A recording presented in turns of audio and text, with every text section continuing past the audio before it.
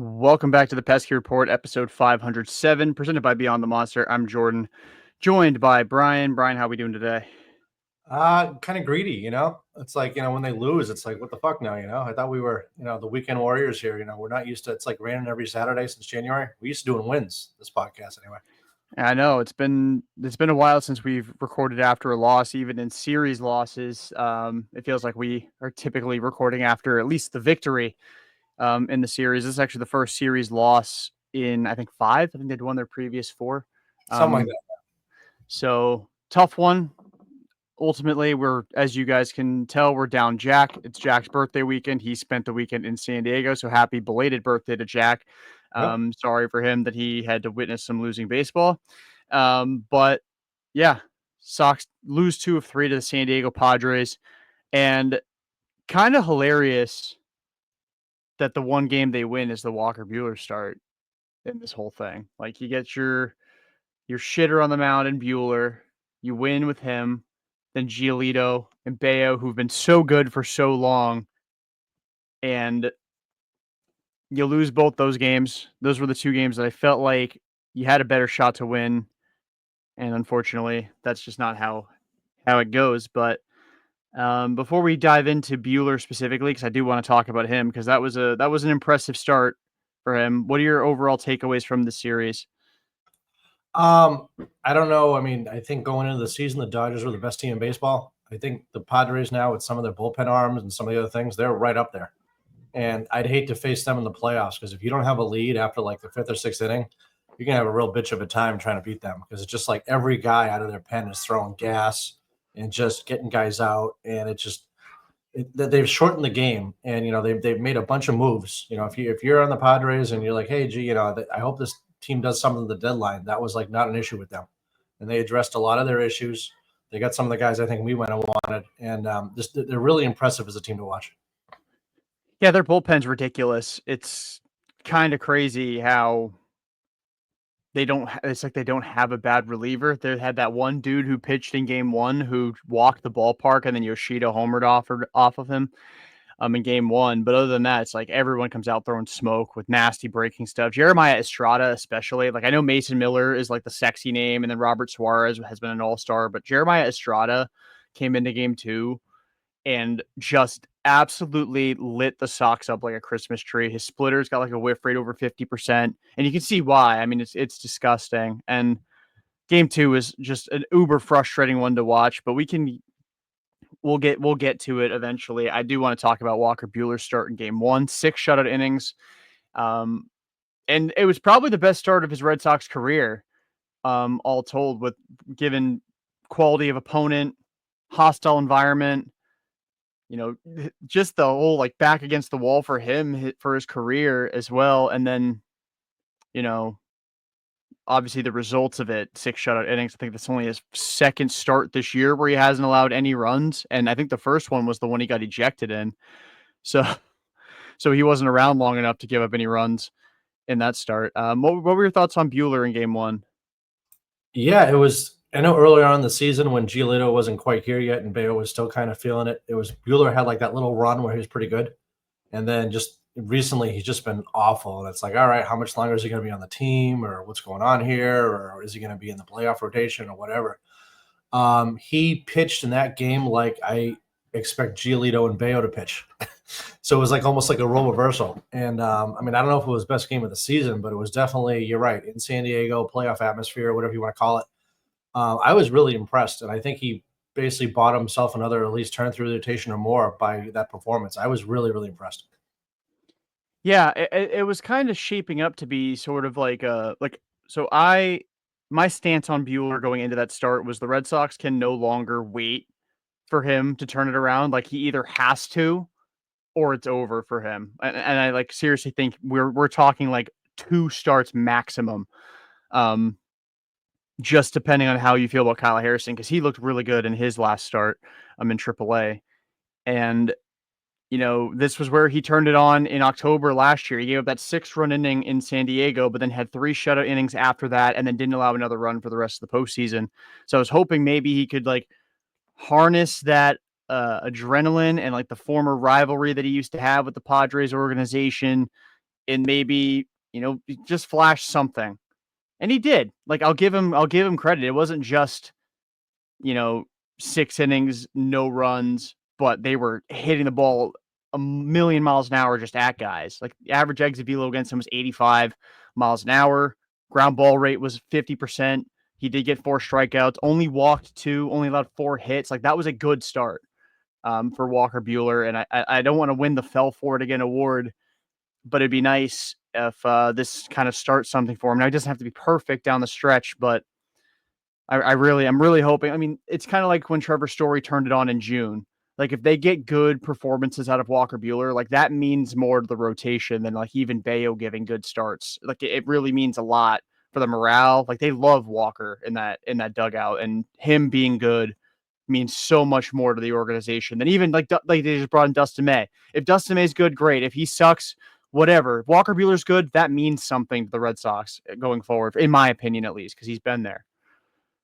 Well, absolutely. It's the kind of thing where it's like you want, him, Bregman, Story, your veterans to play well. And I think that, like you were alluding to, some of the veterans they almost will take a back seat if their performance doesn't like give them the leeway to be vocal or to be leaders.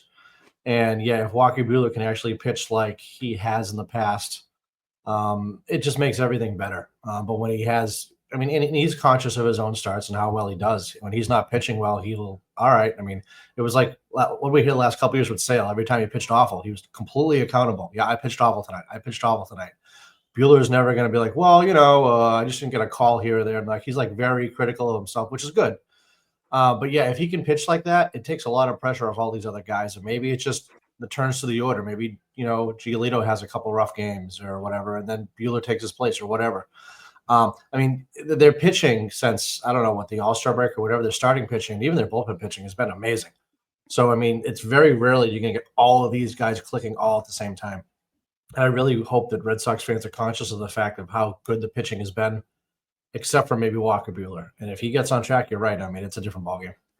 Yeah, and even still, like, as bad as Bueller's been, his since the calendar flipped to July, his ERA is 3.27. So it's like Right. it's a fake. It's so fake. Like, he somehow gets out of an outing with 2 earned runs despite looking like garbage. I mean, even like the Astros start, 4 to third, 3 earned, but he was bad in that start. The Dodgers start, 4 2/3, 3 earned, but he was terrible in that start. And he like he's somehow sneaking out of there. And then obviously he has the shutout for 6 shutout against the Padres and 7 innings of 1-run ball against the Phillies, kind of sandwiching those 2 starts.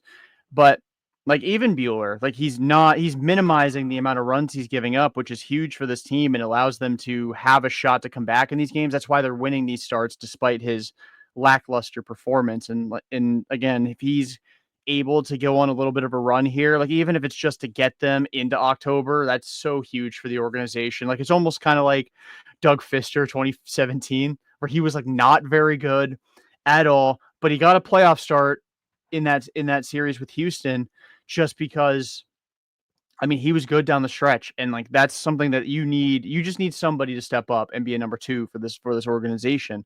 And it doesn't have to be the same guy every turn. If Bayo dominates one start, great. If Giolito dominates one start, great. If it's Bueller, great. If it's multiple of the 3, if it's all 3, even better. But they need somebody to step up, at least for these last 6 weeks of the season, and be that number 2 starting pitcher. Um, and since the deadline, obviously both Giolito and Bayo have had one really good start and one not so good start. So nice to see that at least Walker Buehler maybe threw his name in the ring, his hat in the ring, and can potentially be that guy down the stretch. Although I don't want to fall for it. The Padres are not the best offense in the world, but that's still a tough environment to pitch in for anybody. Yeah, a great team there, and it's kind of like I said, that bullpen is just scary. But I think that we'll see what they can do. I mean, you play the Phillies, you play the Padres, you play the Dodgers. I don't expect a guy like Walker Buehler to pitch the way he did, so I was really impressed by that. Yeah, and interesting night to do it too, because the Red Sox went up against Nick Pivetta, who has been absolutely dominant for the Padres this season, especially at home. And I looked at their numbers entering that start. Bueller's ERA on the road was like 7.5, and Pivetta's was under 2. So naturally, that became like the most obvious Red Sox win of all time. And the Red Sox got to Pivetta. I mean, he didn't. I think he only struck out 3 guys over the Yeah, course of his 5 innings. They they were get the all over. Yep. Willier hit that 2-run shot off of him. It was just a nice game, for the Red Sox, and taking it to a very good pitcher that, I mean, they're very familiar with. They know what makes him tick, and Yep. they know how to beat him. They know Yep. what his stuff looks like, and yeah, it was just an all around good night for the Red Sox. Connor Wong hit a 3-run double in this game, which is like, what? Like, where are we going here with Connor Wong, who played I think he played 6 of the last 7 or 5 of the last 7 games because Yep. Narvaez is banged up, plus the 2 Bello starts that Wong was going to play anyway. Right. And I think Wong played fine in these games. Not today. He was not good today, but Yeah, he's been. it's funny. He's like the little kid in the little league who's been having a rough year, and then he goes and he gets a couple of hits, and then he gets picked off of first base or second base or just something stupid. And you're like, it's okay, buddy, it's all right. Like you got a hit today, you got some RBIs. Like if you do something dumb, it's not the end of the world. Like it's all right. And if he can just play at this level as a backup catcher, I'm fine. He doesn't have to be perfect, but just do something. Get a hit every once in a while, a sacrifice fly. I mean, people forget. I mean, he is somewhat athletic. I know it's kind of funny, but I mean, he played like second base. Like he's played the infield. Like he's not completely useless. And remember, a couple of years ago, he was like up until the All Star break, he was hitting. He was putting great numbers up until he just hit the wall. Mhm. But yeah, if he can do this as a backup, Narvaez, he needs a break. And his body, I think it's just like, especially catching. I mean, there was days maybe a month ago, he played 6 out of 7 days in a row with like no off day, or they have an off day. I mean, they leaned on him really, really hard. So these games, these day games, the Sunday game before you travel, if they can get this out of Wong, it takes a lot of pressure off the Sox to make a move because, as we know, they have zero depth. Yeah, and they did claim a catcher off waivers from the Toronto Blue Jays, Ali Sanchez, who'd been having a good year in AAA for them, and then they DFA'd him, Yeah. and I think he joined the team in San Diego, but they didn't actually activate him. Oh, So okay.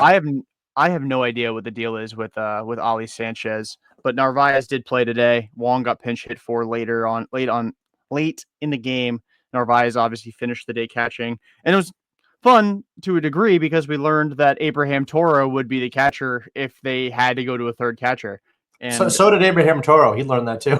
he did learn that this weekend as well, um, which was pretty funny. But yeah, all in all, game 1 was a really nice win.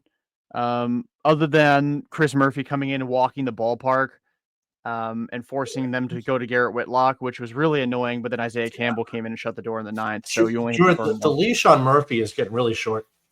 I was listening to the game on the radio, and they're just like, I know Bernardino's in AAA right now, and who's the other guy? They got the other left-handed pitcher they got who's in the minors now in AAA.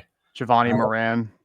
No, it was somebody else they sent down. Well, I can't remember right now, but basically it's like Murphy's has the stuff, but it's just the results it just like every time out there, And I know he's got, if it works out, it's great, but I just don't know. I don't know if he just needs a break or what his deal is, but I mean, it's just like it's there. I see it, but just he's got these lapses and it's just not working. Yeah, it feels like whoever they stick in the Jorge Alcala role turns into Jorge Alcala at this point, because Murphy, other than that one outing against the Cubs entering this series, he'd been really good. I think that was the only outing he'd allowed runs in, other Yeah. than Jorge Alcala allowing his inherited runners to score. Um, Zach Kelly, that's what I forgot his name. oh, Kelly, yeah, Yeah, but like to me, those guys are kind of interchangeable right now. yeah. And like Bernardino goes on that run where he's like amazing for like a little bit, and then all of a sudden they're like, well, yeah, I can't pitch every other day. Thanks a lot, Alex. Yeah. And then I do wonder when Bernie comes back. I got to double check when he actually got optioned, because it was right after the deadline, right? So he's like a week away. They optioned him on the 1st, so this is day 9. So barring injury, they got 6 more days before Bernie can come back. Okay. He has pitched 2 innings in AAA and has allowed 1 earned run and walked 3, 4 strikeouts. So, I mean, 2 outings. So it is what it is. But that's Bernie down in AAA. Zach Kelly. Then they obviously have Luis Guerrero through a bullpen in Fort Myers. Justin Slayton's on the mend. So they have guys that are going to come back at some point. Yeah. It's just a matter of when. Apparently, Liam Hendricks too. After that whole snafu again with Alex Cora. Yeah. But I don't know how excited I am about that. And then obviously these young guys that are in AAA that just got promoted, Connolly Early, David Sandlin, and Peyton Tolley. Tolley made his AAA debut today. Did not go particularly well, at least early. Then he settled in. Yeah, he righted the ship though. I mean, he gave up with the Yeah. grand slam, and then he was perfect. Not perfect, but like all of a sudden, like a different pitcher. Yeah. So, and then Sandlin's already been moved to the bullpen, so we'll see how long it takes for him to come up. And he is Rule 5 eligible, so I'd be kind of shocked if he doesn't get right. Yeah, you don't an want to lose. opportunity. And there's other guys too, like Tyler Uberstein's been fantastic down there in AAA as well. Like I don't know, we'll see. I mean, Murphy, I don't want to overreact too much to this one outing against the Padres in a game they won 10-2, but that was a meltdown. Almost, it could have been so much worse. And the fact that they were able to put a couple more runs up on the board in the 9th, and keep Chapman from having to come in, and then Isaiah Campbell coming in and actually putting up a 0 was gigantic because. Oh my God! Could you imagine having to use Chapman and Whitlock in that game where you were up 8-0? So bigger body transformation: Isaiah Campbell or Jordan? Who looks more like he shaved his mustache? The no facial hair now, but he doesn't look like the same person when you see him pitch now. I mean, he lost what? At least would you say 20 pounds at least? Yeah, he lost a ton of weight, and I didn't even. Apparently, that's been something that has been like common knowledge for a while. Oh, I did not know that. I when he came up the last time and pitched, I was like, "Is that Isaiah Campbell I see out there?" Because he looks trim. He apparently kept all the suck, but no, I mean he pitched 3 innings, allowed just 1 run in this series. So I mean, hey, good for him. He will probably be optioned the second that Zach Kelly or Nick Birdie is ready to come back, or David Sandlin's ready to get called up. We'll see what happens there. But Red Sox smoked the shit out of the Padres in game 1, win it 10-2. Yeah, that was nice. It was nice. Game 2, less nice. Lucas Giolito, it kind of felt like from Jump Street he didn't really have much to work with. It felt like his velo was down, his command was kind of all over the place. He had traffic constantly. I think the 4th inning was his only 1-2-3 inning of the day, right, for him. But I'm curious because Cora came out after and was like, "We got to trust our guys to throw 100 pitches and pitch 5 innings."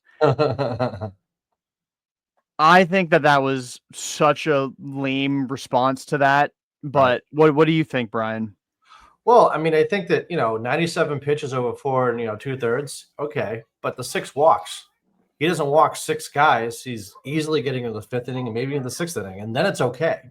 But 4 and 2/3, it's like, all right, you got to bring the bullpen in early, and we have another Jordan Hicks sighting, which that's just a heart attack waiting to happen. He was good though. Oh yeah, he was, but it's just kind of like the thing drives me nuts about Jordan Hicks. Like, A, I didn't realize how much money he was making. Yeah. And then B, we have him for what, at least 2 more years? Yep. This is going to be brutal. Like maybe he figures it out. I don't know. Maybe he goes to the lab in the off season. I don't know, but it's just like, I understand you can throw the ball, as hard as anybody, but oh my God, when he comes into a game, you're like, it's like if he gives up a grand slam or walks the bases loaded, or he strikes out 3 guys in a row, none of those would surprise me. But yeah, Giolito, giving up 4 runs, 5 hits. He only had 1 strikeout, gave up the home run because he's Giolito. He's going to give up a home run every start. That was the thing going in. We knew that. But, the 6 walks, I mean, that's just when you give up 6 walks, there's no way in hell you're going to win that game. And then they only lost it by the 1 run in the 10th inning. So as bad as he pitched, that bullpen, though, Matz, Hicks, Chapman, and then Whitlock, I mean, there's a guy in second. What's he going to do? But once again, the bullpen kept him in the game. But, I'm looking at the box score now. The Red Sox struck out 15 times, That's real tough. That's real It tough. got nasty. Once the bullpen for the Padres came in, it was like the Red Sox gave up offensively. And to their credit, they were able to scratch across the tying run in the top of the ninth inning. But it was a mess. I mean, they brought in, I think who was the first one to come in? Was it Estrada was first, and then they went So Estrada, Estrada yep. to Morihone Yeah. to Miller, Miller, yeah. then to Suarez, and then Oh, yeah. Adam finished it in the 10th. Yeah. Um, it's just, I think at one point they'd struck out 7 out of 8 times or 10 out of 12 and like outs, 10 out of 20, 12 outs were Yeah. strikeouts. And it was just brutal to watch. It was like give up at bats after give up at bats. Now, granted, I don't want to completely throw it on the offense because that was some nasty pitching from the Oh, yeah. Padres bullpen. Like Estrada in particular was throwing it on a string. Mason Miller's a dog for a reason. And then they were able to get to Suarez, but um, it's just, it was a tough watch, but for me, like I really want to talk about Alex Cora's answer to to leaving Giolito in the game because I think on the surface what he said is absolutely correct. Somebody like Giolito, you have to trust him to be able to just make a pitch and get you out of the inning at the Right. very least. But I feel like when he's at if he's at like 88 pitches and it's like a double and there's one out and there's a guy at second base, like that's the scenario where it's like, okay, he's at 88 pitches. It's not been a good start, but we trust him to get these last 2 outs. Maybe that runner at second scores, whatever. But we expect it to be at least 3-3 coming out of the inning. Right. You let him walk 4 guys in a row. He had nothing. I tweeted in the 3rd inning. I'm like, Giolito's got nothing tonight. If you can get through 5, like Yeah. tip your cap because that like you got to pray for it. He was not good. He was bad the entire start. He had nothing. I think he got like 4 whiffs or 5 whiffs. Yep. Velo down, command terrible. Yeah, is it just a fatigue thing? Is it what do you think it is? Is it just he didn't have it that night? Is it what do you think it is with him? I don't know. I mean, like it's tough because like under the hood, everything about Lucas Giolito is bad. Like as good as he's been, like his expected ERA this year is 5.24. His like all of his under the hood metrics are in the 4s or 5s. Like he's not. I don't know how much of that is just because they don't like guys who don't get a ton of strikeouts. And he's only striking out 7.4 per 9 this year. Plus the home run problem hasn't been solved really. Like it's obviously better than it was in 2023. He gave up 2 per 9 that year, but I don't know. I mean, I think also too, he didn't pitch at all last season and he went 8 innings against Houston. I feel like that start after was going to be a slog. I didn't Yeah. quite expect it to be 6 walks, but the fact that Steven Matz it didn't dawn on Alex Cora to have Steven Matz ready potentially for Ryan O'Hearn until it was 2-0 on O'Hearn. Yeah. I was like, what? Like there was no way in hell. Like if you were so late to getting to Steven Matz, why isn't like Weissert warming up to face Laureano? Right. Or like I just don't understand it. Or even Isaiah Campbell in that situation, like just somebody else. I would have taken anybody else. Once O'Hearn came up, I'm like, okay, so he's done. And then I saw Bailey come out to talk to him, and I'm like, so this is either going to be a grand slam, or he's going to walk him, or he's just going to randomly rear back for 96, dot him, and strike him out looking. Yeah. Obviously, he walked him. Then he walked Laureano. And then he came out, and then Steven Matz came in, and Matz hadn't pitched in 5 days, so I don't know what the whole. And then he pitched an inning in 2/3, so Yeah. I don't get the whole usage there with Steven Matz.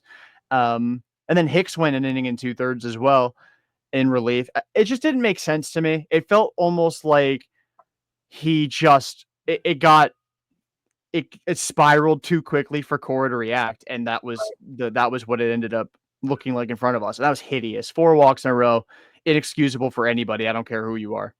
It could have been. Now, Giolito, is he the one with the contract with the innings or the limit or the appearances where, yeah. So now, because he came out early in that game, I guess, that changes the metric. Now he has to have what, 6 more starts of 5 innings, or I think it was you or Matt or somebody put something up and they were like, this is what he has to average out the rest of the season to get it. And then obviously he pitches 4 1/3 or 2/3. It's going to change those numbers. Yeah, he's at 100 1/3. He has 39 2/3 innings he has to pitch the rest of the season. And with it being August 10th, well, how many games are left in the season? I don't know what's how many games have they played? They've played 109 games, so 53 games left. He's got average out. He's got about 9 starts left, so he probably still hit it. 8 starts left if you want to skip him in the rotation once or push his start back once. So he's got to pitch basically 5 innings to start, so he should hit 140. And for me, like it's a very simple. He exercises his part of the mutual option, hits free agency. Here's the qualifying offer. If you come back in 2026, fine. If not, thanks for the draft pick. Thanks for 2025. Good luck wherever you end up signing. Is it a Nick Pivetta thing where like, so what's the qualifying offer? Now, like probably 20 million. It was a 19 last year or something. Yeah, I think it's 21. I think what Buehler got is what the qualifying offer is. I think it's 21.05 mil. Okay, and then what was the thing with Pivetta where he declined the option, but then did he sign for less? Yeah, he ended up signing for less. It's just like, I know you get the security, but like, and then if we picked up Pivetta, we probably don't sign Buehler, right? Timing wise. Yeah, and that would have been great in hindsight, but I Right. still I would have much rather had Buehler at the time. I would have much rather had Buehler than Nick Pivetta. But I'm still pissed that they couldn't convince Fried to come here somehow, because it wouldn't have solved so many problems. Like just throw the bag at him. Like, I understand he was like in the running and then he went to the Yankees, but like, go across the finish line. Like, do what you got to do. Get him the Roman Anthony suite in 2031 for his family if he wins the, like, figure it out. I don't know, but every time I watch that guy pitch, I'm like, oh man, if he was with the Red Sox, it would have been just, oh my god, it's funny because the Red Sox wanted him as their ace because they gave him like a 7-year offer, and like I think the Yankees gave him the same average annual value, just added another year, and that's why he signed with the Yankees. I do wonder if they would have traded for Crochet still had they signed Fried, or if it would have been an either or situation. Second, like Max Fried would have been the perfect number 2 for Garrett Crochet, because it's like, yes, he's a lefty, and you go back to back lefties at the top, but like it's a different kind of lefty that like manipulates contact, gets a lot of ground balls. He'll still get his strikeouts, but he's not a strikeout pitcher. It would have been so cool to have both of them. It's fine that they didn't get both of them. Fried's been actually kind of blah for the last like 6 weeks or so, but yeah, I mean, it would have solved so much because then you can trade for Dustin May at the deadline and it's fine, instead of like you really needed better than that and that was the best you got. Now, granted, they were apparently throwing the kitchen sink at Minnesota for Joe Ryan and yeah, didn't get him, and that as far that as number. that's just Garrett Crochet 2.0 though to me, and I've said it before. In the off season, the same package, and then he comes here because then it's the market rate, and you're going to get him. I think I talked to you about it. I talked to Jack about it. Why overpay at the deadline when you can, we didn't give up Roman Anthony because they said, well, that's what we want. And then the deal didn't go through for the White Sox. Then we don't give up Roman Anthony and then we get Crochet. So I think it's going to be the same thing with Joe Ryan. I think, but Yeah, I think so too. I'd be kind of shocked if Joe Ryan wasn't a Red Sox this winter. Now, there are good pitchers on the free agent market, he's the guy, right? I mean, he's yeah. He's the dude that I think the Red Sox want the most. I think that's pretty clear in their intent, in their aggressiveness in pursuing him at the deadline. But unfortunately, they didn't get him and pivoted to Dustin May. Actually, no, I think Carabas said that it was they got Dustin May and also were working on Joe Ryan at the same time. So I think they actually wanted both. I don't think it was a pivot. I think they wanted both guys. And if they had ended up with both guys, I would have been in love with this deadline. But you only got Dustin May. And maybe we'll talk about May later because he's pitching in this upcoming series, but Right. ugh. Do you think, I mean, they didn't make a move, or they didn't make a move, or whatever you want to call it, or lack of moves. First base, September 1st. Are we pretty on the same page? Is going to be Christian Campbell, or do you think they're still going to ride with the Gonzalez and Toro? And what do you think? What I think is I think they're going to stick with these two. Really? What I Okay. hope for Yeah. is Christian Campbell. Like Yeah. I think I just can't watch Abraham Toro anymore. That at I bat today can't. was nice, huh? I Yeah. can't. I can't do it anymore. Like it was a fun. Like I said this. I said this in May. You don't have to panic and go get a first baseman now. You just need them to get you to the deadline. They got you there. Abraham Toro has an OPS of 685 now. As much as everyone hates Masataka Yoshida, he is actually past Toro in OPS. Toro was worth negative 0.5 wins above replacement this year. Like Dom Smith last year was the perfect replacement because he was worth 0. Like he was, you were no better with him than you would have been without him. And he was like a fine hitter that made nice picks and was obviously a huge vibes guy. Toro does nothing. He doesn't hit home runs. I mean, he homered against Houston, but that was his first home run since mid-June.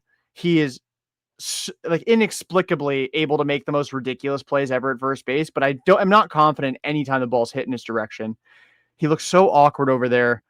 It's time to pull the plug on that. Like do it now. Or at least if you're not going to do it now, do it for the Marlins series. I want to see Christian Campbell at Fenway Park on Friday. No more Abraham Toro. So short of one of those Gonzalez or Toro getting hurt, like I mean, you really got to put the screws to the Sox to bring up Campbell because you're right. I mean, I don't get any impression they want to bring him up because I heard the whole thing about the confidence thing, but now his numbers are great. I don't know if he got another hit today with the streak that he had or He if homered. he did. Okay, oh there you go, that will do it.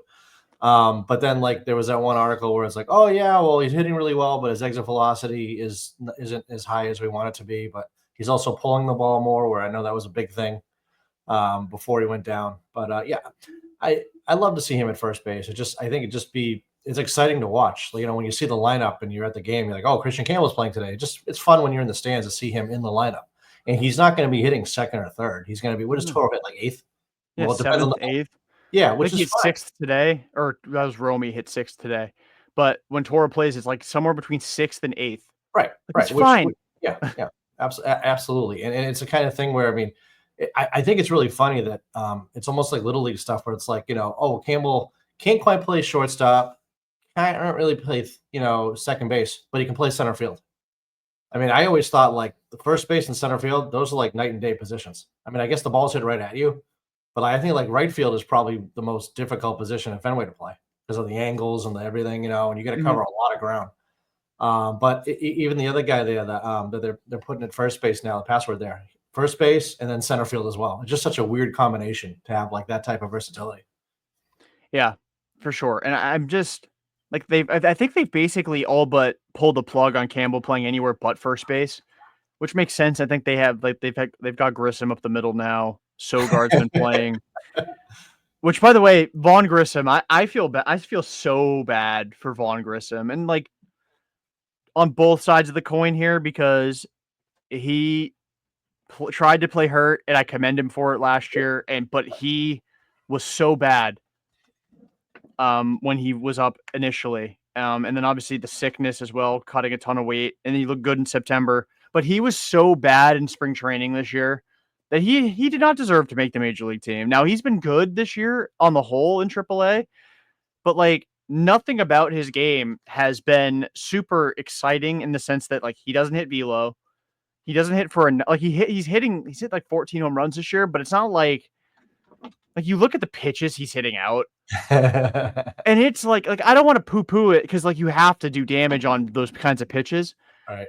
But like if you're getting an 82-mile-an-hour slider down the middle and you're a professional bat, like, and also Polar Park it's a beautiful ballpark. Launching pad though, yeah. But it is like a bandbox, man. Like Franchi was hitting like 700-foot home runs there. Roman Anthony, who hasn't homered in like 3 or 4 weeks, hit one 500 feet. And I'm not saying Roman doesn't have power, but it's like that just goes to show like people don't hit the ball that far in the major leagues, not even at Coors, except for Giancarlo Stanton. And like those are the kinds of home runs you see. Like Johan Miesis, who stunk, hit the train tracks like 8 times a week at Polar Park when he was a prospect. Bobby Dahlbeck, like he hit 30 bombs a couple years ago in AAA. Yeah, yeah. Triple A Jordan is a weird place because it's closer to the majors than Double A, but the talent isn't there. Yeah. Or like it's guys who had it and then lost it, and it's like from the neck up is the reason they're in Triple A. They're working on things. So Yeah. AAA is really funny because you got a guy like Harrison or Foley today or Sandlin. They're working on things, and you're like, oh, geez, the guy gave up a home run or they walked two guys or whatever. And it's almost like the results don't matter. I think talent wise, and I mean, I'm not saying anything people don't know, but double A is like, okay, if you can cut it in double A, you could probably play in the majors. Especially as a pitcher. Yeah, oh my God, yeah. So it's kind of like if a guy has bad results in AAA, it's because the Red Sox are saying, hey, why don't you work on the two-seamer or get that third pitch? Or a guy like Sandlin's like, you're coming out of the bullpen now. Like we want you to take your 5-pitch mix or whatever and make it 2 pitches or whatever. But AAA is always funny because I worked for Pawtucket for a little bit covering the games for MILB. And it was funny because guys who would dominate in Pawtucket, they would never do anything really when they would go to Fenway. And then the guys who were like, okay, but they were younger. Oh, okay, yeah, he's all right. And then they would light it up at Fenway. It's a really strange barometer of like success, AAA. You really can't gain a lot from watching the games. I can't. Yeah, I think to me, like you look at AAA now, and it's almost like those are the guys that are like hanging on for dear life, just Yep, trying to find their way back to the majors. yep, Guys that have been optioned, yep. or like a lot of these guys, it's obviously their last stop before getting up to the majors. But I feel like a lot of these guys, they don't spend a ton of time in AAA. If they're ready for the bigs, they're in AAA. I mean, Roman Anthony's an exception because he was there for like 6 weeks beyond when he probably should have been. Yep. But guys, when they like the first major league teams want to call up their young talent, like, Yeah. oh, you went to AAA for 2 weeks and you're hitting 460. Yeah, come to the bigs. unless they're the Red Sox. That's not just a Breslow thing. That was the same thing with Chaim Bloom as well. Right. But like AAA for me is like that's where the mental side of the game really comes into play because these guys, these pitchers in AAA, like these 36-year-olds that they're like 80 miles an hour, like Dallas Keuchel is still kicking around down there, and like Rich Hill dominates in AAA. Like these guys, like because they just know how to pitch, Yep. like they know how to get you out. Yep. In AA, it's like, yeah, good luck hitting 102.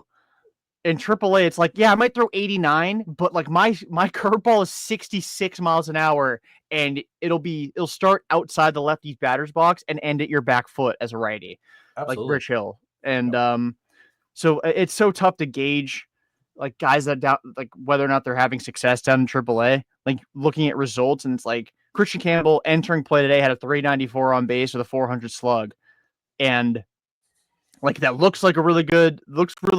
He's walking 15% of the time, but his exit velos are not great. His pull percentage is not great. His bat speed's not great. His attack angle to the ball is not great, and that's what's keeping him down there. On top of learning to play first base every single day. But I'm at the point now where like you got it's time to get serious. Like win some ball games. And I'm not saying Abraham Toro is preventing them from winning, but he's not helping them win. Where I think Christian Campbell athletically helps them way more at first base, especially if Meyer's done. I don't no idea what's up with Marcelo. I know he's like doing some just like strength training for his wrist. Yeah. But like at this point, I think Christian Campbell helps you way more than Abraham Toro does. And if Campbell stinks and you have to send him back down, like maybe that sucks for his confidence. And I don't want to like throw that on him, but then you don't even have to DFA Toro to call up Campbell. Just send down David Hamilton. Like he's still here for some inexplicable reason. Jordan, explain to me a guy who can run that fast. He hasn't bunted his whole life. Like, did I miss something? Like, what was going on there? Yeah, like you're in a sacrifice bunt situation. The first time I get it. You're trying to bunt for a hit, catch them off guard. Like they expect you to bunt, but they're expecting it to be a sack bunt. So you're trying to drag it to first base and beat the throw down there because you're super fast. Yep. I view it similarly to like, oh, you get a cookie and you just swing for Narnia. Like you're trying to drive that thing out. But then after that, it's for the team. Yep. Get the sack bunt down, David. Right. And then when there's 2 strikes, like, why are we still bunting? And especially, why are we still bunting for a hit with 2 strikes? Yeah. It was just pathetic. I don't know if he's so used to drag bunting because they tell him to do that he doesn't sacrifice. So he's like, but here's the thing with a guy with his speed, even if he squares around and like gives himself up, mentally the guys still have to throw the ball to first base, and he's going to be one of the fastest guys in the league. there's still a probability he could be safe at first base. I mean, errors happen, guys spike throws. It's just like he just gave up the at bat, and it just it blows my mind that especially a guy like David Hamilton, he's got to know how to bunt. I guarantee you he's done it all through spring training, all through his career. A guy with that type of wheels, he's probably bunted more than any guy on the team. I mean, it's a thing. I mean, he runs into some balls and he does some damage, hits some home runs. But speed is his game. The ball's on the ground, like that's where the money is. And it just I couldn't believe how bad he looked bunting. Yeah, it was. I mean, that was a knife, really. I'm trying to remember who hit after him in He the had a fly ball order. to center field, I think, right? Yeah, And flew out to center field, and like there's the lead right there. that's right. Like everybody, like the guy after David Hamilton did exactly what they were supposed to do had David Hamilton gotten the job done, and he didn't, and that's unfortunately how it exactly goes. It was Romy. Romy flew out to center. He pinch hit as well, and he flew out to center field.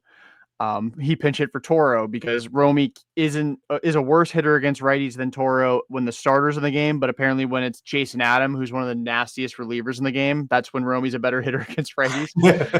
I don't fucking get it, man. And then I feel bad for Whitlock because that pitch was not even a bad pitch. He threw one pitch and got walked off. Like that just sucks. And Sox lose 5-4. 1-7 now on the road in extra innings. What? So with the home loss, the home extra inning loss was they won 1-8 though, right? Did I read that? 1-8 now. Yes, 1-8. Yeah. The one win was in Philly when Narvaez hit the home run. Yep. And Alcala almost got a save, but then he didn't. And then I think Bernie got the save. Yeah. But yeah, Sox lose game 2, 5-4-10 brings us to game 3. Brayan Bello against Dylan Cease. Weird stat line for Bello because I thought he pitched pretty well today, but he gets tagged with 5 earned runs. A lot of weak contact, yielding hits, especially in that last inning. Yeah. Like Bogaerts hit that pop-up that dropped that made it 4-0 Padres at the time. They left Bello in. He ends up walking the bases loaded. Chris Murphy comes in, and he walks in a run, and Bello ends up getting hit with 5 earned runs over 5 2/3. Yep. What were your thoughts on Bello today? I mean, I think that when Gio pitched the way he did, it was like, oh, well, we got Bello, we'll be fine. And then it was kind of early on, it was 2-0. I'm like, they're in this game, they got a shot. And then just kind of the wheels slowly came off. But even this game, they were in it. They had the bases loaded. Well, what? Nobody out. And it was like, all right, and it was 5-2 at that point. What are we doing? It's kind of like, come on, like it's just crazy. Like I know they have the best bullpen, whatever, that we're probably going to see the rest of the season, but fly balls, I just do something. And it was just kind of disappointing. All of these games, Jordan, they won the first one, obviously, but these other two, they were sweepable. But now we're greedy Red Sox fans now, if they lose a game, let alone 2 games, like when was the last time they lost 2 games in a row? It's been a while, right? It's been quite a while. Yeah, it's been since the Phillies. No, since who they play before the Phillies, because they won that series. Was it Houston? No, Dodgers, Houston, Phillies. No, I gotta go back. No, it was Cubs. No, it was the Philly series because they lost the first 2 games and then won the series That's finale. what it was. Yeah, but it's been a long time, and I'm like, when was the last? Because I have 3 children, so we eat free at the 99 all the time. So when they lose, it's like we got to make other dinner plans. Yeah, gotta make a home cooked meal when the Red Sox lose. I call up one of your friends, Tyler, and I'm like, hey, listen, like where are we going for dinner now? Because 99's close. He's like, I got your back. So good man, Tyler. Yeah, absolutely. Yeah, no, it does stink that especially the quality of at bats for Cedar Rafaela have been so bad lately, and I don't want to hear it's because he's playing second base. I don't want to hear that. Well, he's making some really nice plays at second base, though. I mean, like usually, it was like, okay, well, that he should be in center field, like when he misses a ball. But his defense has actually been pretty good. Yeah, Do you think with him, Jordan, he believes the hype? Like he'll be like he has that Jackie Bradley week, where he's just like untouchable, and then it's just kind of in his head that, okay, well, I'm going to hit bombs now. Where if he just stays simple up the middle, things are going to happen. But he just gets that little, fuck you attitude in his head, and then all of a sudden it seems like every count's 0-2 again, like it was last year. Well, I just think this is kind of who he is in a way. Like Javi Baez is the same way. When he's on, it looks a lot like when Sadon's on. A lot of pull side home runs. Obviously, the defense is ridiculous, but like he's a free swinger. It's what he does. And you don't want to take that away from him because when he stops being a free swinger, he ends up in 0-2 counts anyway. He just ends up taking a lot of hittable pitches. So you want him to be aggressive. It's just what are you doing when you're making contact? And then also, if the pitch is a mile out of the strike zone, don't fucking swing the bat. Like his at bat against Jason Adam today was deplorable. Bases loaded, nobody out, and he swung and missed at a pitch that almost hit him on a changeup, and then swung and missed at a fastball at his head, not at his head, but head high, and Well, like bases loaded, nobody out. You're yeah, down 3 runs. but like it's funny. There's expectations for certain guys, and then what is it that Anthony swing percentage of balls out of the strike zone would lead Major League Baseball, and Soto's number two. He's like 19.2%, and then Soto's 17 or whatever it is. But it's funny. Rafaela, I expect him to swing at everything anywhere. The pitch that Anthony struck out today with the bases loaded, I was almost like, what is he doing? And then I got to remind myself he's a rookie. But like Yeah. I already have expectations on him. I'm like, well, he's not going to swing at that pitch if it's there. That's a walk. And it was so blown away. And I'm like, wow, like I'm already like giving him that much credit, which I think he's with the contract and everything else, he's pretty much earned it. But it's just amazing that like certain guys you expect him to swing at pitches out of the zone, but Anthony, it's like, what is he doing? Like I was so upset. Like I'm sure he was upset too, and they're like, what are you doing? But I know like in the moment that's hard. Yeah, I Roman's crazy because he literally it feels like every single time he's got an opportunity to come up big, he does it. Even in this series in game 2, he tied the game in the 9th inning with a double off of Robert Suarez, like one of the only dudes in the entire like Padres bullpen that even thinks about blinking on the mound. Like it's crazy how good that pen is. And Roman, just casually turns around 99 into the left center field gap to tie the game. He's just a different breed. But yeah, I mean, striking out against, I think it was Morihone at that point, 3-2 sinker, 98 miles an hour. Like that pitch is gross. It's so tough to lay off that, especially with 2 strikes, and like him getting to a full count there is crazy too. Like he's so, Oh yeah, but like yeah, it's gotten to the point where now you're surprised when he fails, even in like no, even with nobody on base, you're like expecting his at bat to be a walk, a double, or a rocket right at somebody. So when he like hits a lazy fly ball or he strikes out, you're like, what happened? Are you okay? Is he hurt? Like what? Like what's right. going on? But like And yeah, I'm already at the point in Jordan where I'm like, he's going to be their number 2 hitter next year. Like I think that's like in stone because he's their best hitter. He just is. yeah, he's their best It's bat yeah. by The far. only thing that he doesn't have right now statistically is the power, but that he's like that close. He's like, and once he clicks, it's going to be gone. Like he's just gonna. If it goes the other way, he could hit in the mid 300s because it's just like, hey, swing late, and use the wall. Yeah. He's gonna be one of those guys who hits like 400 at Fenway and only like 300 away or something. You know what I mean? Yeah, exactly. And it's just gonna be crazy. So it's just kind of like everything's there except for the power. And I was having a conversation with somebody today. It's like, who's gonna be the leadoff hitter now? Like, I don't even know. I still think it'll be Roman. I think they will keep Roman in the leadoff spot just because, on top of being their best hitter, he's also just their best on base guy. Oh, well, And absolutely. But I just figure once he gets into the power, I mean, I guess you're right. They could just leave him there. But I mean, eventually we'll he's see if going to they be. sign Schwarber. Yeah. What They was it? bring Kyle back. It was the midday show where you were talking about how, like, oh, well, they're probably going to get some pitching and do some things. But everybody's like, oh, we'll get Schwarber and then get this guy. And I'm like, all right, you could do some things. You could do some things. But yeah, if they got Schwarber DH, I mean, that'd be. That's the kind of trade you make on MLB The Show, at 2 a.m. when you have too much to drink, But it's just like you're Yeah. right. Like, I think you were saying though that the reason to not do that maybe and to have like a level head. Who are you comparing him to? Was it Chris Davis on the Orioles? You're like, when they lose it, it just disappears overnight. You don't want to Yeah. be the guy to sign him. But what did you say that if Dombrowski, if they don't win this year and they fire him, then we get a chance? But like he'll give him like a going away present. He'll sign him to a contract before he That's gets what fired. Doink said. I Yeah. thought that Doink was was funny. Yeah, yeah, Doink yeah, was like, he's gonna extend Schwarber before they fire him. So they yeah, can't, yeah. so like they can't fire him. I They're thought that was married to great. him. I thought that was great. Yeah. Like Schwarber. Yeah. I mean, I compared him, and maybe it's unfair to do so because the shelf life on Schwarber seems to be a lot longer, but like Yeah, Chris Davis and Joey Gallo both were great for a period of time. But once they lost it, it was gone forever. Like they didn't just like tap into it again. Like Right. I guess Joey Gallo kind of had like a week when he got to the Dodgers where it was like, Yeah. oh, maybe. And then no, he was just Joey Gallo at that point. And then Chris Davis, he had like that game against the Red Sox in 2019 where he had 4 hits or something after going over 50.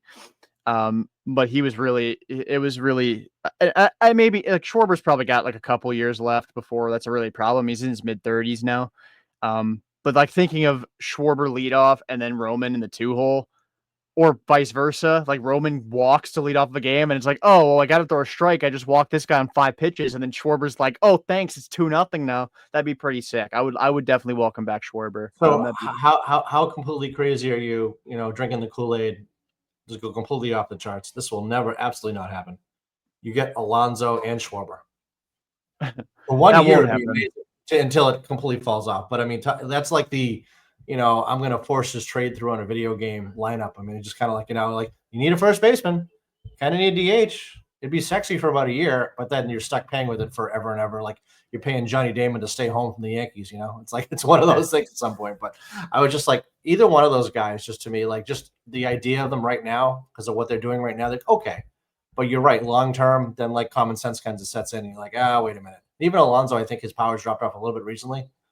But I don't know. I want them to do something at DH or first base. I just don't know what. The Mets have been so bad lately. They've lost like 11 of 12. I hate to see it.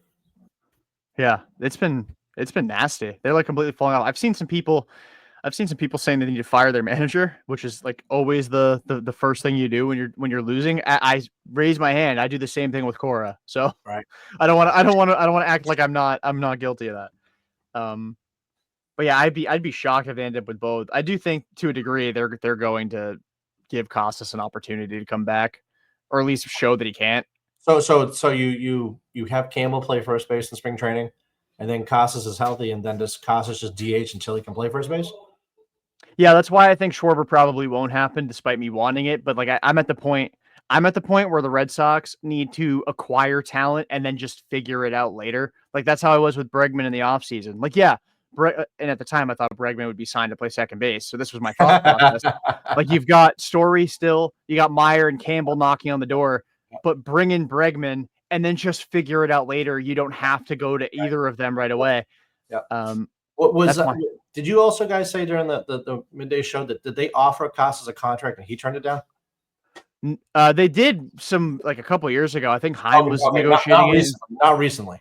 I think Heim was negotiating one, I think before 23, and then Breslow before 24. I don't think there was anything before this season. Okay. And then, but they also did the same thing with Tanner Houck, and Houck turned it down, and we saw that didn't work out for him either.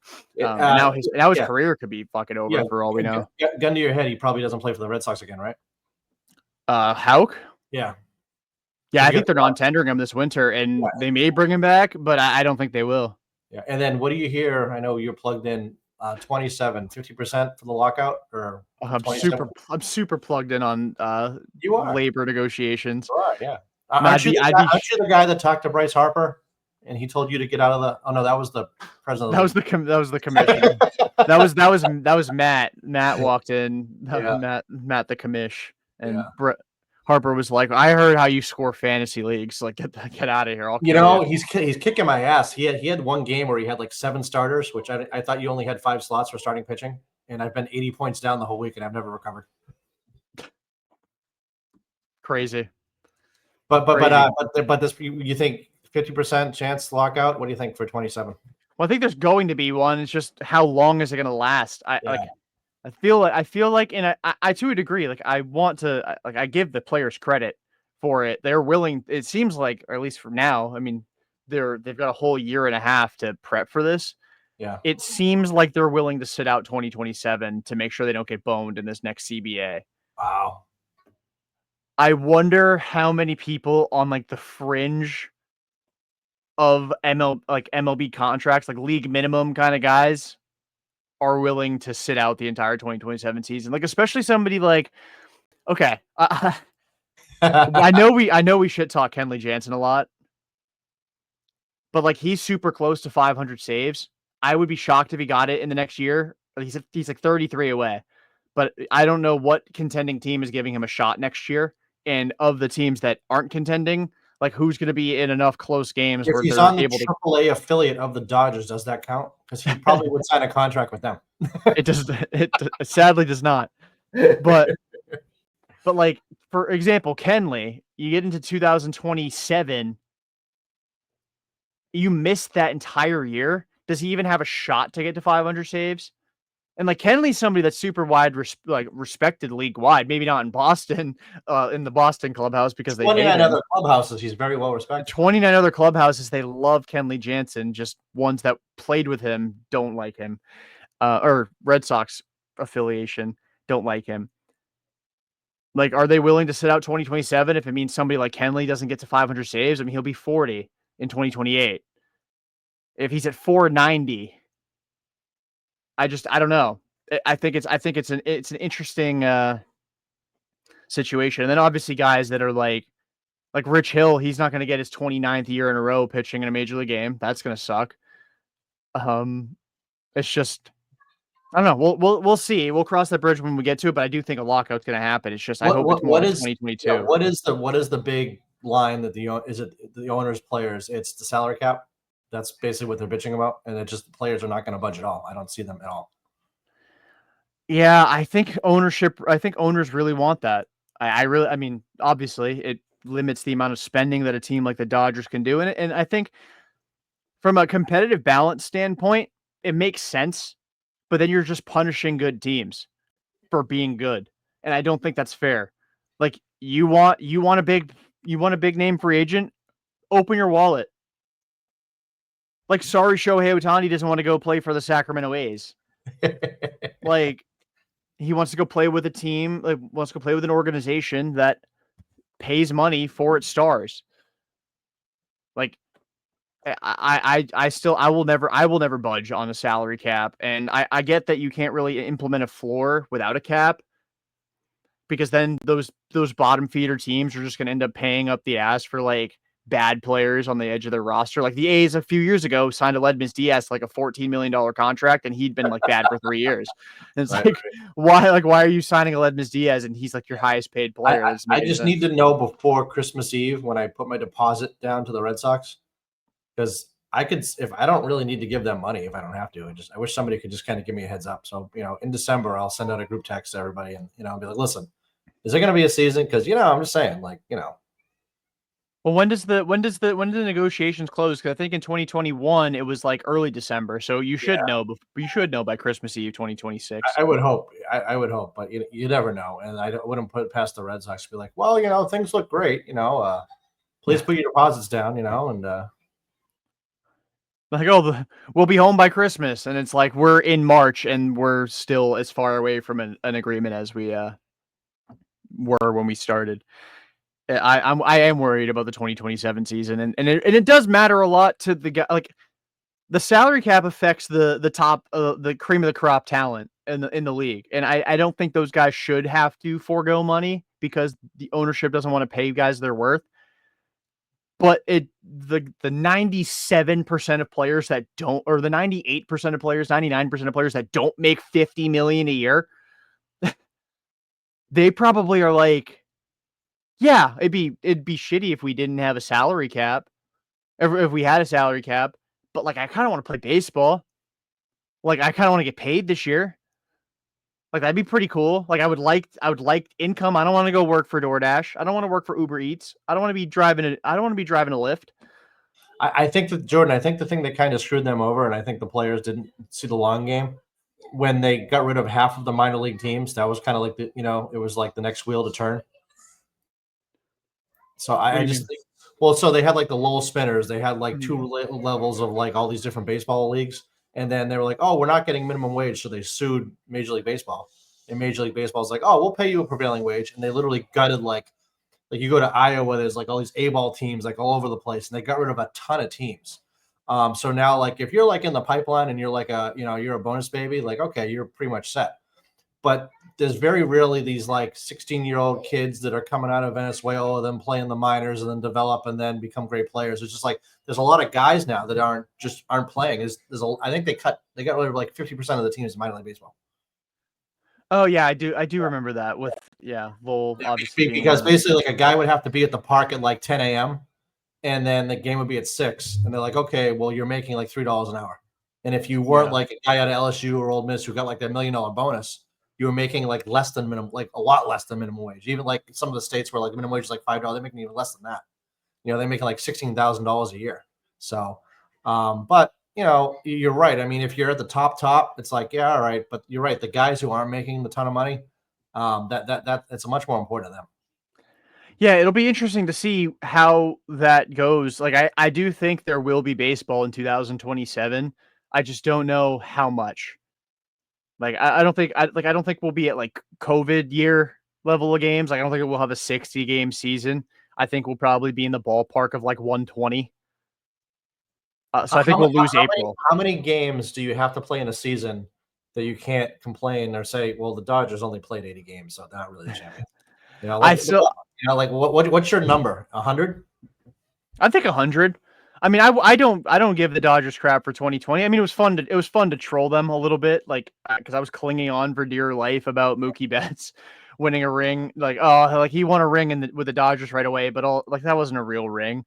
But like everybody had the same issues, and some teams even had it worse because they had like super spreaders instantly in 2020. So they were playing like 4 doubleheaders a week, and that was insane. I think we'll probably lose April in 2027. That's my official guess in August of 2025 is that we will have Major League Baseball by mid-May 2027. It's kind of like we should lose April in professional baseball and we should lose March in Massachusetts college baseball. Like I have no problem losing either one of those months because they're both miserable to play baseball in. To be honest, like if you wanted spring training to start April 1st, that'd be cool with me. Like I cut the season down by a month. And then there's your salary cap. Like, okay, fine. We will prorate our contracts down to an 120 game schedule. Stream an extra game on Apple or Fubo or whatever the hell they want to be on that week, and then make up the difference revenue wise that way. I don't know, but yeah, you're right. April baseball is just miserable. Yeah, it's nasty, and like I don't know, give guys more of an off season. They could spend more time with their families. Like their season's the same. You could also just if you want to start in mid-April instead of early April, sometimes late March, just have more off days throughout the year.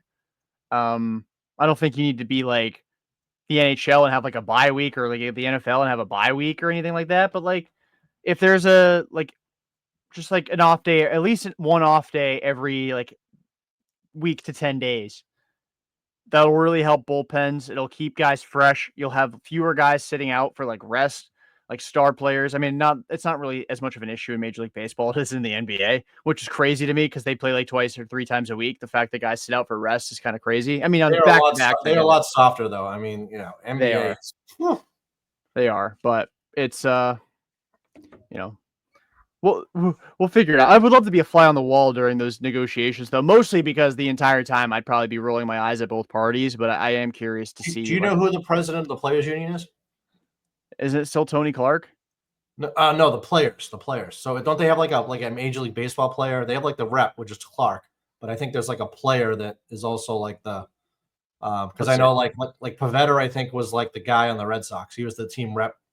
That's like when they did the whole Netflix thing. It was like he was the one that supposedly helped negotiate that or whatever. But I didn't know if there's like a guy, Let's see. It is. Well, it just says executive director is Tony Clark. That's been since 2013. I'm trying to see if there's anybody. I know that there are like some super outspoken individuals in there, like you said with Pavetta, and I know Max Scherzer was like super. So what I've got is Tony Clark is the executive director, then Lindor is the Simeon, Flaherty, and then McCullers. Okay. Yeah. Nice little variety as far as players and like status. That's what I'm talking about. Yeah. But yeah, I don't know. Well, now I'm curious your thoughts. Like, when do you think we'll have baseball in 2027? Do we have baseball in 2027?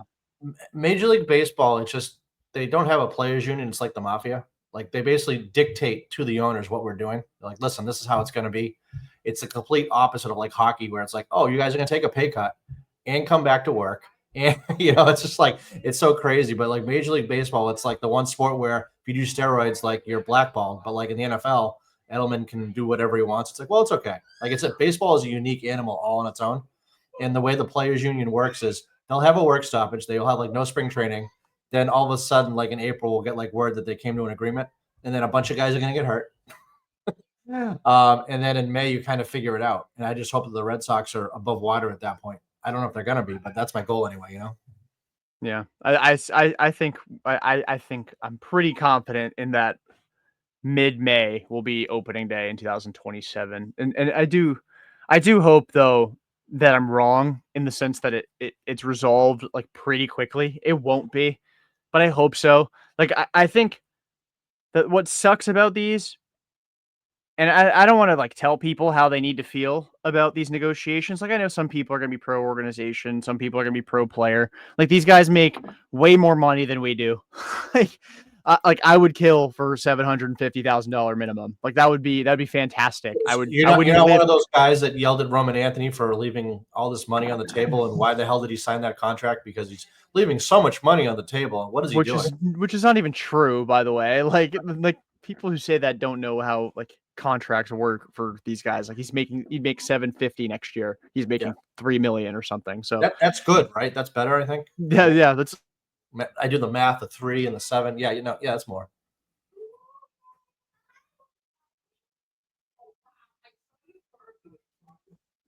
I disappeared for a second, but I'm back.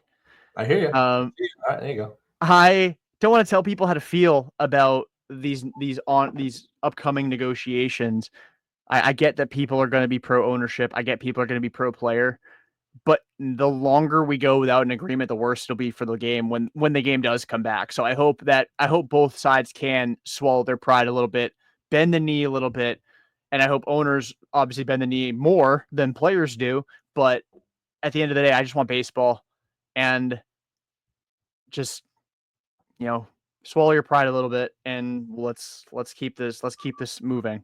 The big thing for me is that like I think 25. It's not a bridge year because like we're playing really good baseball, but like these young guys, I'm so excited what they're going to do in 26, and I don't want to not see them in 27 because I think Right. 2 years from today, Campbell is going to be the guy they were comparing to Barry Bonds. Anthony, sky's the limit with that guy. Maybe Marcelo was healthy. Some of these guys in Double A, like Totally, and some of these other guys we're seeing, 2 years from now, we're going to kind of know what they're going to be, and they're replacing the Dick Fitzes of the world and all these other guys. And I'm just really excited about this team and everybody that does these podcasts. And we're like 21 was like our last excitement, and this year has just been awesome. I had a cookout at my house yesterday, and casual baseball fans are like, I was at the Houston game or I was at the Dodgers game. It was just so exciting. It was great to be there, and it was a sellout.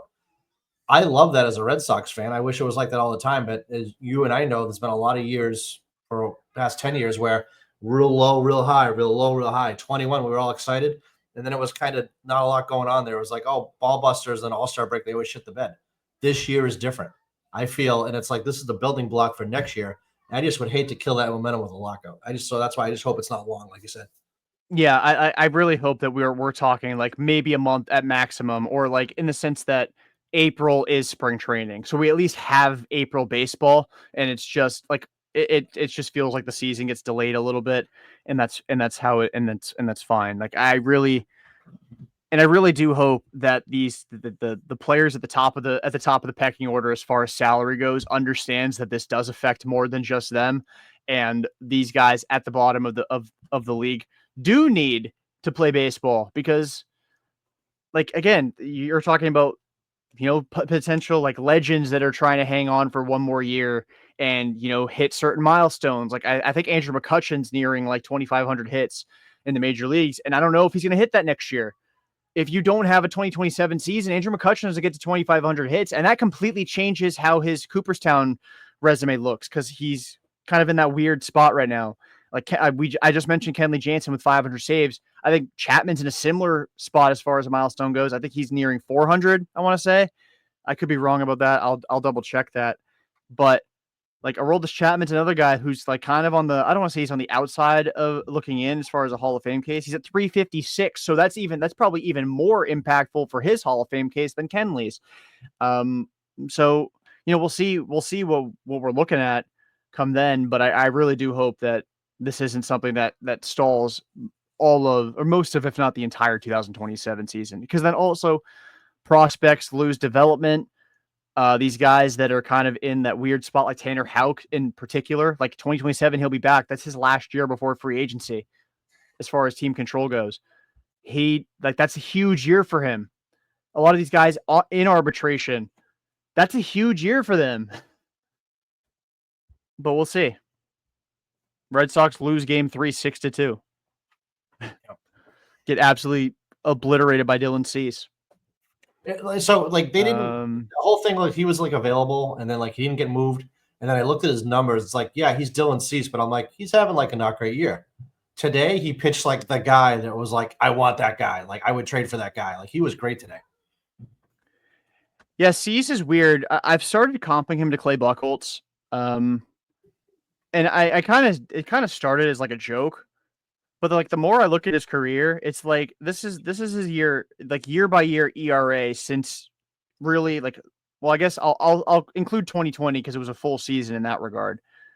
4.01 ERA, 3.91, 2.20, 4.58, 3.47, and now it's up to 4.52 this year, counting today's start. So he's literally like he's got all the talent in the world. Great stuff. Gets a ton of strikeouts. Walks are so.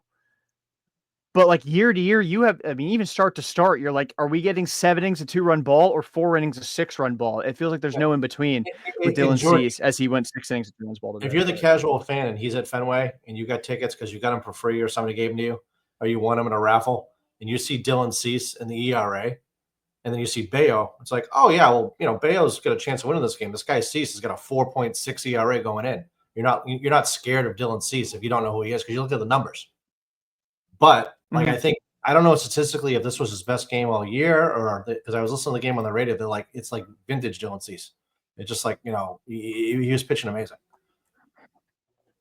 He's literally been like, it's crazy the way Dylan Cease is. Like, okay, so this is him since July. I'll go to July 9th. He went 6 innings, 6 earned against Arizona, then 5 1/3 shutout with 10 Ks against the Nats, then 5 innings, 2 earned, 5 Ks against Miami, then 4 2/3, 5 earned, 9 Ks, 5 walks against the Mets, then 5 shutout with 9 Ks against the Cardinals, and then today 6 innings, 2 earned with I think 9 Ks or 10 Ks against the Sox. So or 7 Ks, I guess.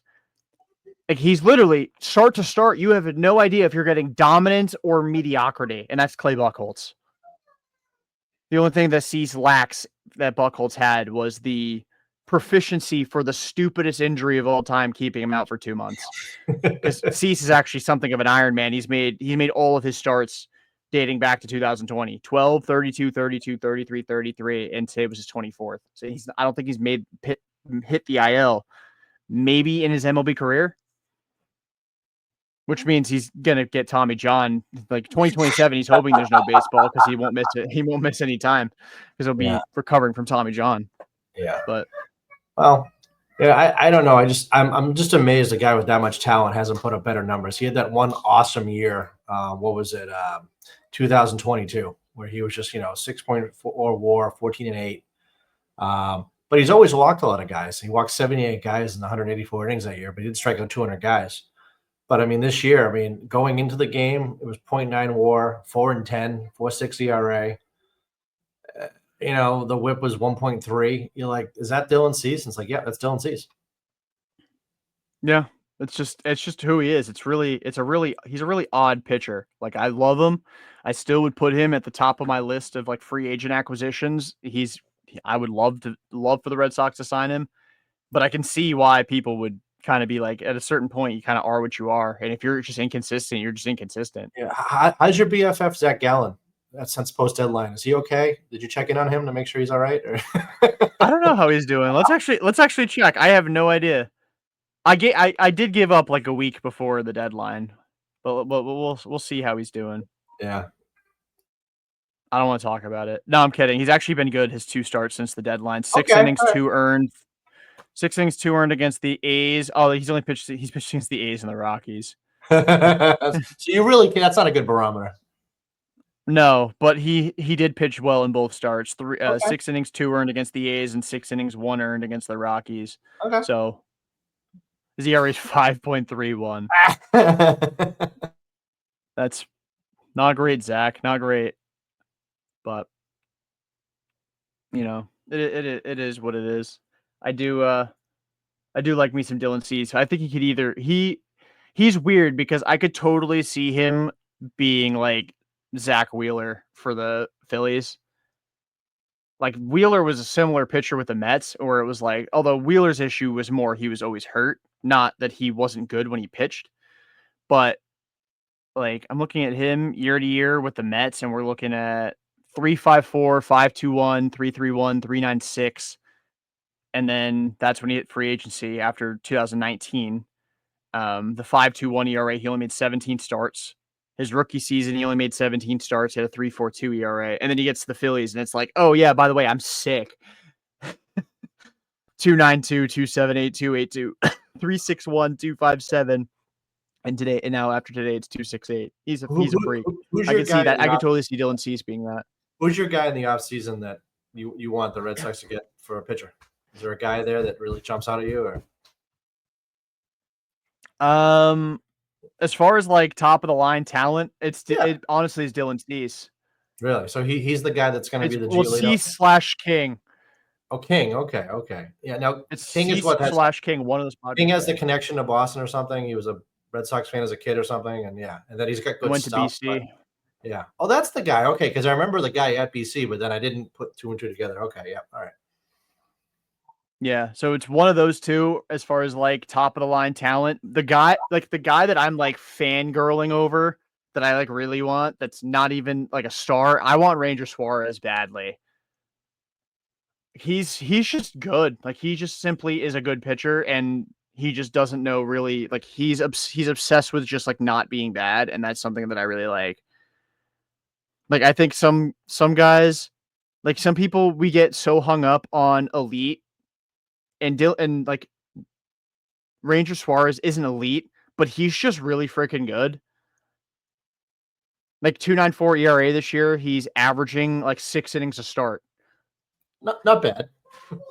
No, he's just good. Like he's not sexy, but he's Yeah. just good. Last year it was a 3.46 ERA, pitched 150 and 2/3 innings in 27 starts. This year he's getting deeper into games, and doing so without allowing more runs, and that's fantastic. I love him. That would be the guy that I would want. I would Yeah. give him like a 4-year deal for like 100 mil without question, but he's probably going Okay. to get the QO from the Yeah. Phillies, and that's going to really suck. So that's we'll see. What's your take on Tolley? Do you think is the hype train real with him? I mean, is it? How do you feel about him? Are they slow the brakes on him a little bit, let him figure it out, or are you like, all right, like he'll be in the bullpen in September, he'll pitch a couple innings, and then in spring training we kind of figure out what he's got. I'm not fast tracking him to the bigs, but I'm definitely buying the hype. I think he's a dog. I mean, he lights up the radar gun. I think his last pitch today was 98 miles an hour, and that was Nice. after a long day's work. It's not like Yep. he was pitching in relief today, and it was just the last pitch of an inning. It was the last pitch of a fifth inning. He's a dog. I really do like him, but I'm not so eager to see him that I'm like, oh, he better be up here like next week. Like I'm willing to give him like 3, 4 starts in AAA. Right. Maybe if they want to move him to the pen, give him a shot in relief for like a week as well. If they don't want to start him, if they don't want to put him in the pen, then smell you Walker Buehler, welcome Peyton Tolley to the major leagues.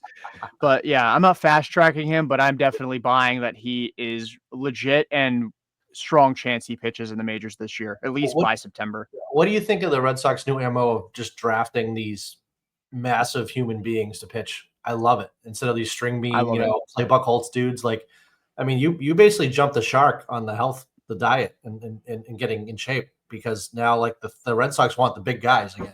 So I don't know in the off season Yeah. you're going to bulk up a little bit, because now you might not you couldn't pitch for the Red Sox right now. You're too small.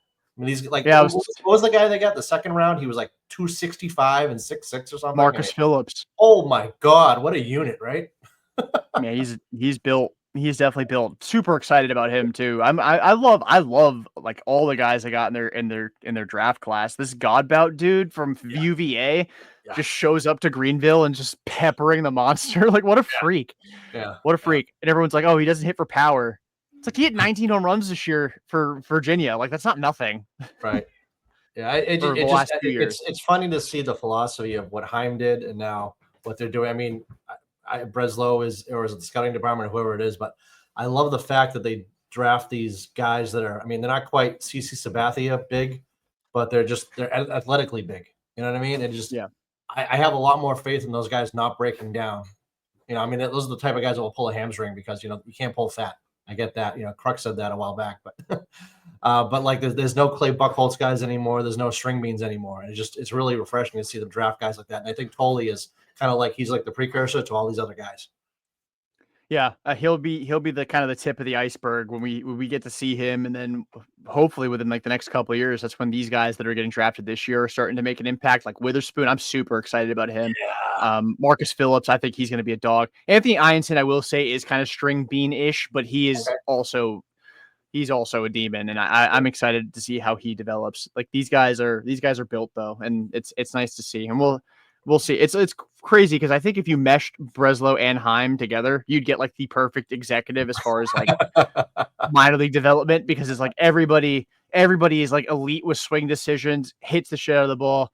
Yeah. And then you add the pitching side with Breslow, and it's like, yeah, this dude's 6'6", 240, throws 98, or if he throws 92, but we're gonna have him throwing 99 next year, like Tolle, because Tolle I think sat like 91, 92 at TCU, Yeah. and he's just like eating people alive in the minors this year.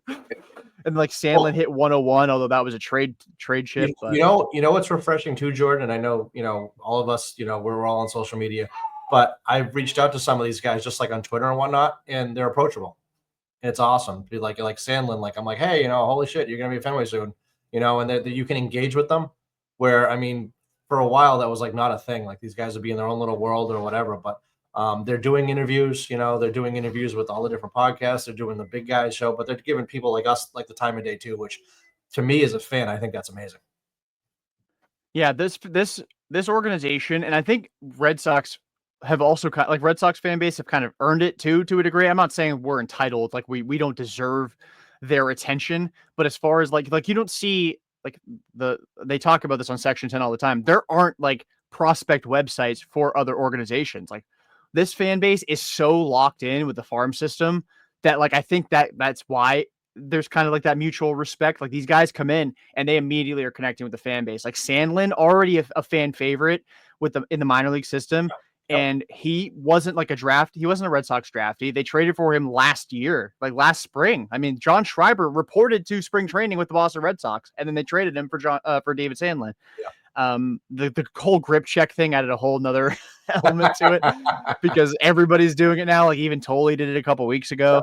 Oh yeah. But yeah, this fan base is locked in. So are the prospects. And again, I don't want to. I know I almost made it sound entitled, and Red Sox fans deserve it, but like it's like Red Sox fans are so locked in that I think players recognize that, and they in turn also give fans the time of day because it's not just the content creator circle. They are locked in with fans. They interact with fans all the time. Hunter Dobbins does like Q&As on Twitter all the time. Like that's super cool. And Dobbins has big league service time now. Right. He could have gone to the bigs and been like, yeah, I'm done. Yeah. Now, like kind, down to earth, fan engagement. Hunter Dobbins is done. Mm-hmm. No, he's stayed true to himself, and I think that's super cool, and that's something that is also not felt league wide as well. Yeah, it's super refreshing because not that we hang out with these guys or whatever, but it's just nice to have some type of connection with these guys, and they're very easy to root for, and you want them to succeed because you get the feeling that they're not typical douche athletes. They're actually genuine, nice people that actually give a shit. And as you know, I mean, when the Red Sox win, mental health and is a lot better in my head, And when they go on like a streak, I'm like, this is a great week. I could have a shitty week, but if they're playing great, everything is better. Yeah, for sure. And I do want to also mention, so I went to Worcester last weekend Yep. And was there with Hunter, and like these prospects will just go up to him and be like, "Yo, what's up, Hunter?" Like that's so sick. That is so sick. I love it so much. It's so Yeah. cool. What a dog. I Like mean, that I I've given him a credit before, but I don't think people understand what the work that he puts in. Hunter does, and I know he went to Fenway the other day, and that was cool, and you get to hang out with him. And but it's nice that if I look on Hunter's Twitter, I can see who is doing what in the minor leagues. And you're right, other teams do not have that at all. Yeah, it's so like you'll have teams, you'll have fans of teams that'll highlight a player that's doing really well, and I think that's great. Like obviously, like it's nice to be kind of conscious of what's going on down in the farm system, but I feel like I see like Fireside Yankees. Shout out to them. Ryan Garcia came on our deadline stream. He did it last year as well. Like he'll highlight these guys that are like 20th ranked prospects in the Yankees organization. Like that's the closest I'll see to what like Right. Red Sox prospects do. And like Hunter is like if there's a prospect that you have heard of like once or twice, and you're just like, oh, I wonder how they're doing. And you just search their name. I guarantee you, Hunter's tweeted a highlight of them at some point. Like it's honestly impressive what he does. And I don't know how he does it. I did it last year for the playoffs. I did one day of cutting highlights for every playoff game. My head was spinning. Yeah. I don't know how he does it. Like that dude's a He did it workhorse. while he was at the Red Sox game. I'm like, that is next level. Yeah. Like what He a was psycho, right? he was Like uploading minor league highlights while he was at a Red Sox game, and I'm like, this is just amazing. yeah, dedication to the craft is unmatched. And Hunter, it is a pleasure getting to a privilege, actually, I should say, getting to work with you. Um, Honestly, tremendous, and more people should follow him. I know he's one of our more popular as far as follower count goes Yep. at the Pesky Report, but more people should follow him because he is a tremendous resource. Um, yeah, why are only 5,700 people following Hunter? That needs to be up by a lot. If you're a fan of minor league baseball, just in general, let alone the Red Sox, it's like the easiest, follow. And I think I love having him as a resource. And I'll ask him questions and whatever. He's like, oh yeah, this guy, that guy. He'll give me an opinion on things. But yeah, I mean, if you are a Red Sox fan or a minor league baseball fan, like it's the must follow account as far as I'm concerned. Yeah, for sure. And all of our minor league guys are great too. Like Oh Jake's yeah, yeah. I don't mean fantastic, to Derek's single him out. I fantastic mean, as well. everybody's fantastic, but I think that obviously, and he gets a ton of credit. But I'm really appreciative of what he does. Yeah, absolutely. Absolutely.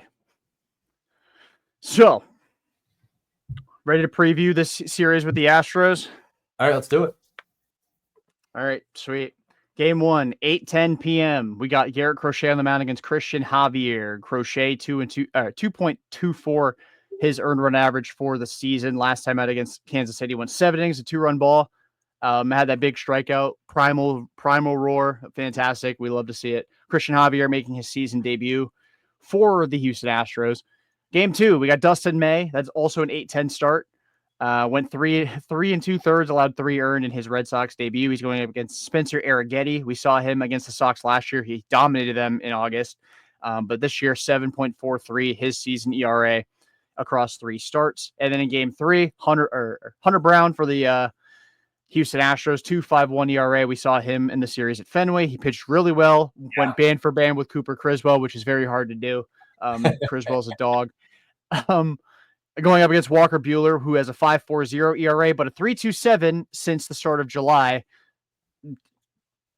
We'll pretend that that's real. Okay. So, it is. It is really his ERA since the start of July. It's just fake, but it's real at the same time, But those are 3 matchups. That game, the Buehler versus Brown game, is at 7:10. That is on Wednesday. So yeah, 3 games set in Houston, then an off day, then back to Fenway Park for 5. Brian, how do you think the series goes for our Red Sox? You can't pick against Crochet. That's a win. May Yep. maybe he figures it out, and then Buehler. I don't know. I'm still saying fool's gold. Like I don't trust Buehler. Like he did great, but it's just kind of like I don't know. He's good against like he should beat the 500 teams, but then he pulls a rabbit out of the head against the really good teams, like we talked about. But I just figure the Astros, as long as they don't run into outs like they did the last game we were at, I think they had 3 outs on the bases, and the Red Sox committed 3 errors. Like I've never seen that. That was just crazy. But yeah, Hunter Brown, he sees his team for a second time. I don't know. That's a tough one. And then I just can't get over Spencer's name. I look at that, and the old person to me that needs reading glasses look at it and look, it's like they're gonna face a guy named Spaghetti Rigetti. Like it's just like if you look at the name, it's just like who is that guy? What is his name? But Dustin May, I think he'll kind of figure it out. I'd like to see him do well, but 2 or 3 is how I'm feeling. You have the Sox winning 2 or 3? Yeah. Yeah, I'm with you. I think Sox take game 1. It's really tough to. I mean, Christian Javier's. I like him a lot, but Oh yeah. I for season debut, Red Sox offense typically not one that stays down for very long. I mean, not anymore. It's been a while since they've had like a real stretch of mediocrity. Yep. And then Garrett's on the mound. That's he's gonna turn up for that game. Absolutely. Dustin May, I would love to see him give them a little bit more. I'm curious to see if they stick with the game plan of just hammering that cutter, because that was his worst pitch in LA, but it was his most frequently used pitch against the Royals. I'd be curious to see if that changes. I mean, a lot of righties in that lineup for the Yep. Astros, so maybe we will see it a lot. I don't think they win that one. And so it comes down to Walker Buehler against Hunter Brown. And the Red Sox have already inexplicably had one person shove alongside Hunter Brown. Let's do it a second time. I'm not falling for it again with Walker Buehler, but I feel like I'm willing to get myself let myself be let down again in Yeah. game 3 of this series. And I'll take 2 of 3, but they win the first game and the last game. They lose Yeah. the middle game. I was really impressed, as I think you were too, with the way Criswell pitched. And I'd love to throw him in somewhere just to bump everybody an extra day. I think you're at that point in the season where I think it would really help everybody out. This series, I guess Houston, they're one of the premier teams. Maybe you don't do it against Houston, but maybe some of these lesser opponents, if you get to play the White Sox again or somebody at that level or whatever, I'd love to see him come in, have a start, and just give everybody a little bit of an extra rest. Yeah, I think they gotta wait like another week to call up Criswell again. It sucks for him. Like he shoved the day after the deadline, and his reward was enjoy Worcester. Um, but yeah, no, I think Coop is definitely going to be somebody who gets called up when the rosters expand in Uh-huh, September. uh-huh. And I don't know if they're just going to be like, hey, you're going to not pitch for 10 days and then you're going to start a game because we want to push Crochet a day, or we want Yep, to push Bayo a day, or Giolito's really been fighting it. We want to push him a day. yep. But Cooper Criswell, I'm tired of I'm tired of being that guy that's like, it's not going to last. It's not going to last because it's been 19 starts of this across 2 years of his Red Sox career. He's just the perfect like Swiss Army knife to have out there. Can Uh-huh. be like perfect spot starter to have. He is dog shit in the bullpen. Do not ever let him come in relief ever. He's But the if you need anti-Rosetta. him, I get it. yeah, if you need him to start a game like on short notice, like, oh my goodness, friggin' Walker Buehler has the shits today. Like we need somebody to start like now.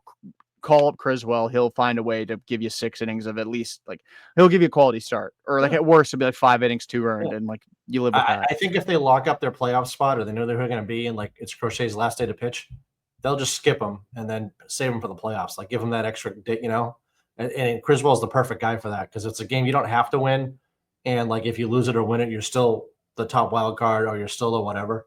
But he's a perfect guy for that, and I think that you don't lose a lot with him. And then that Friday game that I think we were all at, he pitched great. I was really really impressed.